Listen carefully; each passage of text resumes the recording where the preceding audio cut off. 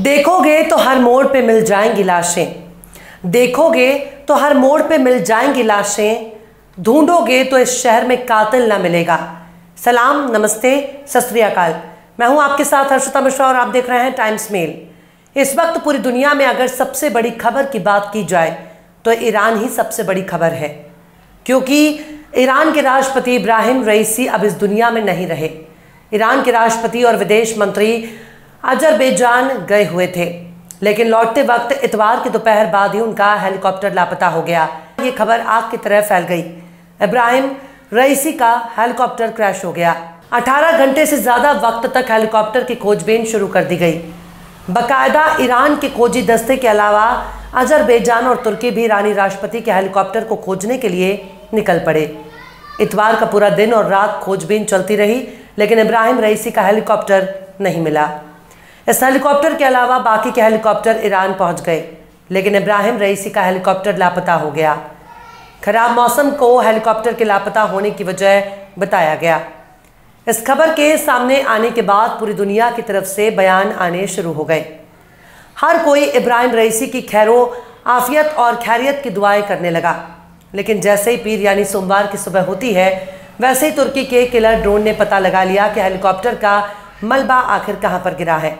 तुर्की के ड्रोन ने आग की गर्माहट से पता लगा लिया कि हेलीकॉप्टर का मलबा कहां है, लेकिन इस घटना में किसी के भी जिंदा होने का सबूत नहीं मिल पाया। कुछ देर के बाद ईरान की मीडिया ने इस बात की तस्दीक करनी शुरू कर दी कि इब्राहिम रईसी और उनके साथ मौजूद पूरी टीम की मौत हो चुकी है। ईरानी मीडिया ने इब्राहिम रईसी और विदेश मंत्री आमिर अब्दुल्ला हियान समेत पूरी टीम की शहादत का ऐलान कर दिया।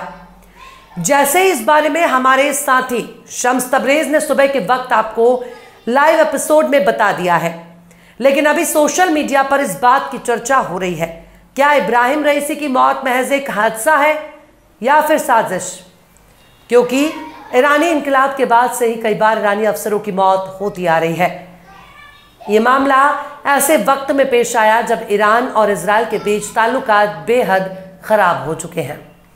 गजा और फिलिस्तीनियों के मामले में ईरान बेबाक रहा है। ये मामला इतना पेचीदा है कि इसमें इजराइल और अमेरिका के हाथ से इनकार भी नहीं किया जा सकता। हम ये भी दावा नहीं कर सकते इजराइल और अमेरिका का कोई हाथ हो सकता है, क्योंकि आज के दौर में कुछ भी हो सकता है। हो सकता है सब कुछ मोसाद और CIA का कारनामा हो। अजरबैजान ईरान का पड़ोसी देश ज़रूर है, लेकिन उसका ईरान के कट्टर दुश्मन इजराइल के साथ उसके नज़दीकी ताल्लुकात हैं। इजराइल ने अजरबैजान को किलर ड्रोन से लेकर बड़े पैमाने पर हथियार दिए हैं। इन हथियारों के दम पर अजरबैजान ने अपने दुश्मन आर्मेनिया को नागोर्नो काराबाख में हरा दिया था। इन तमाम वजहों को देखकर सोशल मीडिया इसकी चर्चा हो रही है। कहीं इस घटना के पीछे इजराइल का हाथ ना हो। इजराइल और ईरान की काफ़ी पुरानी दुश्मनी है और इसी को देखते हुए ये अटकलें लगाई जा रही हैं। वहीं मोसाद को ईरान के खिलाफ खुफिया कार्रवाई के लिए जाना जाता है। मोसाद के बारे में कहा जाता है कि वो ईरान में कई हमले करा चुका है। हालांकि मोसाद ने अभी तक किसी भी ईरानी राष्ट्रीय अध्यक्ष को कभी भी निशाना नहीं बनाया, क्योंकि ऐसा करने का सीधा मतलब यही होगा कि इजराइल पर ईरान जबरदस्त तरीके से हमला करेगा। इसके अलावा सबसे गौर करने वाली बात यह है कि इजराइल अक्सर ईरान के परमाणु कार्यक्रम और ईरानी सेना को निशाना बनाता है, वे राजनेताओं को निशाना नहीं बनाता। वहीं हेलीकॉप्टर क्रैश के टाइमिंग को लेकर कई लोग सवाल उठा रहे हैं। ईरान अपने प्रॉक्सी नेटवर्क के जरिए लेबनान, सीरिया, इराक और यमन में प्रभाव बनाए हुए हैं। पश्चिमी एशिया मामले के विशेषज्ञ कमर आगा कहते हैं कि इस हादसे के पीछे मोसाद का हाथ कहना बहुत मुश्किल है। कमर आगा ने आगे कहा कि कुल 3 हेलीकॉप्टर थे, जिसमें से केवल एक ही गिरा है। जिस इलाके में ये गिरा है वो पहाड़ी इलाका है। दूसरी बात यह है कि यह हेलीकॉप्टर 50 साल से भी ज़्यादा समय से पुराना है। इसे 1979 की इस्लामिक क्रांति से पहले खरीदा गया था। ईरान के ऊपर पाबंदी लगाए गए हैं, जिससे वो विदेशों से हेलीकॉप्टर नहीं खरीद पा रहा है। कमर आगा ने कहा कि अजरबैजान भले ही इजराइल का करीबी दोस्त है और ईरान के अंदर कई इजरायली हमले हुए जिनका अजरबैजान कनेक्शन सामने आया था। कमर आगा ने कहा कि अजरबैजान के लोग हमलों में शामिल रहे, लेकिन अजरबैजान की सरकार ऐसा नहीं कर सकती। ईरान बहुत पावरफुल देश है और मुझे नहीं लगता कि अजरबैजान की सरकार कोई गलती करेगी। ईरान के आगे अजरबैजान की कोई हैसियत नहीं है। हालांकि मोसाद अजरबैजान में काफ़ी एक्टिव है। उन्होंने कहा कि रईसी की मौत का इजराइल के साथ रिश्तों में कोई असर नहीं पड़ेगा। आगा ने कहा कि ईरान में एक सिस्टम काम करता है और सुप्रीम लीडर अयातुल्ला खामनेई सेना आदि नीतियां तय करते हैं। इन नीतियों को ईरानी राष्ट्रपति लागू करता है। अब उपराष्ट्रपति को राष्ट्रपति बनाया जाएगा और फिर चुनाव होंगे। खैर, इन सबसे तर अगर इब्राहिम रईसी की बात की जाए तो उनकी उम्र 63 साल थी। इसके साथ ही इस घटना में विदेश मंत्री हुसैन आमिर अब्दुल्लाहियान और कई ताकतवर लोगों की जान चली गई। ईरान के सबसे ताकतवर व्यक्ति अयातुल्ला अली खामेनेई की उम्र पहले ही 85 साल की हो चुकी है। ऐसे में ईरान की बागडोर को संभालने के लिए सबसे भरोसेमंद चेहरे की तलाश काफी अहम है। किसी देश के लिए उसके राष्ट्रपति का इस तरह से अचानक चले जाना बहुत बड़ा झटका है। अगर ईरान को अचानक होने वाले नुकसान की बात की जाए तो महज 4 साल में ईरान कई बार बड़े झटके लगे हैं। साल 2020 में जनरल कासिम सुलेमानी की मौत हो चुकी है, जब एक अमेरिकी ड्रोन हमले में कासिम सुलेमानी की मौत हो गई। कासिम सुलेमानी कुद्स फोर्स नाम की कमान संभाल रहे थे, जो विदेशों में ईरान के लिए मिलिट्री ऑपरेशन को अंजाम देते हैं। कासिम सुलेमानी 1998 से 2020 तक इसके चीफ रहे। कासिम सुलेमानी ने अफगानिस्तान में अमेरिका के हमले के दौरान ईरान और तालिबान के बीच सुलह कराने में महत्वपूर्ण भूमिका निभाई थी। इसके अलावा सुलेमानी ने दूसरे इंतफादा के दौरान और 2006 के लेबनान युद्ध में कई ऐसे फैसले किए जिसका ताल्लुक ईरान से था। सुलेमानी पर कई बॉम्ब ब्लास्ट और गृह युद्ध भड़काने के इल्जाम भी लगे थे। सुलेमानी के ऑपरेशंस को अमेरिका और सऊदी अरब के खिलाफ माना जाता है। अमेरिका ने सुलेमानी को आतंकवादी करार दिया, जबकि मिडिल ईस्ट में आतंक संगठन दाइश का खात्मा करने वाले मिलिट्री जनरल का नाम कासिम सुलेमानी ही है।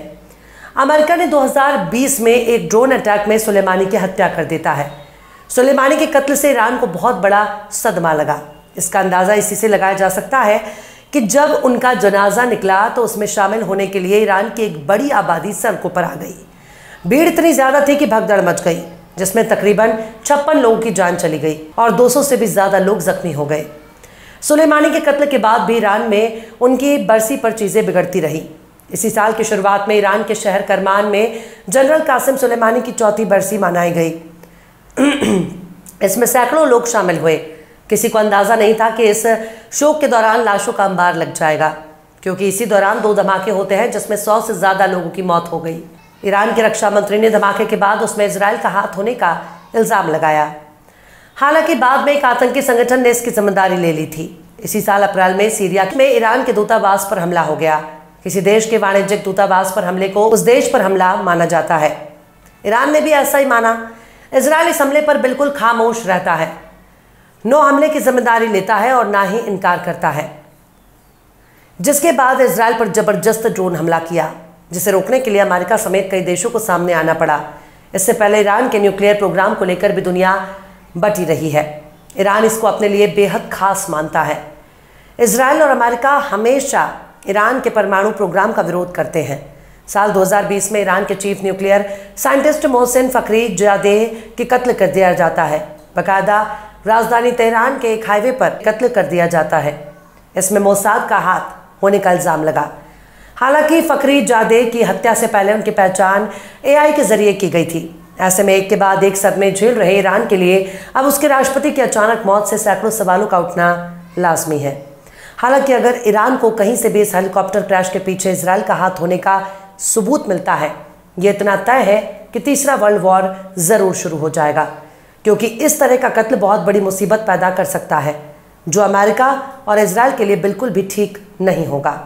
बहरहाल चलते चलते आखिर में मुस्तफ़ी गुलाम हमदानी ने भी क्या खूब फरमाया है, कातिल तेरी गली भी बदायूं से कम नहीं, कातिल तेरी गली भी बदायूं से कम नहीं, जिसके कदम कदम पे मज़ारे शहीद है। फिलहाल इस खबर में बस इतना ही। इस खबर को आप हमारे साथी शम्स तबरेज़ की कलम से सुन रहे थे। आपको कैसा लगा कमेंट बॉक्स में ज़रूर बताइएगा। वीडियो पसंद आए तो लाइक करें। हमारे वीडियो को डाउनलोड करके सोशल मीडिया पर अपलोड करने पर यूट्यूब और फेसबुक आपको ऑटोमेटिक कॉपीराइट स्ट्राइक भेजकर यूट्यूब चैनल और फेसबुक को बंद कर सकता है। इसलिए वीडियो पसंद आए तो यूट्यूब के वीडियो लिंक को फेसबुक, ट्विटर, व्हाट्सएप पर अपने रिश्तेदार यार दोस्तों को भी शेयर करें। और बेबाक, निष्पक्ष, स्वतंत्र पत्रकारिता को सपोर्ट करने के लिए आप हमारे चैनल टाइम्स मिल को ज़रूर से सब्सक्राइब करें। और हाँ, बेल आइकन की घंटी वाली बटन आप ज़रूर से दबा दें, ताकि आपको हमारे आने वाले नए वीडियो की नोटिफिकेशन फ़ौरन ही मिल जाए। फिर मिलते हैं किसी और वीडियो में एक नई खबर के साथ। हर्षिता मिश्रा को दीजिए इजाजत। जय हिंद। अगर अभी तक आपने हमारे चैनल टाइम्स मेल को सब्सक्राइब नहीं किया है तो जल्दी से सब्सक्राइब कर दें और बेल आइकन भी प्रेस कर दें।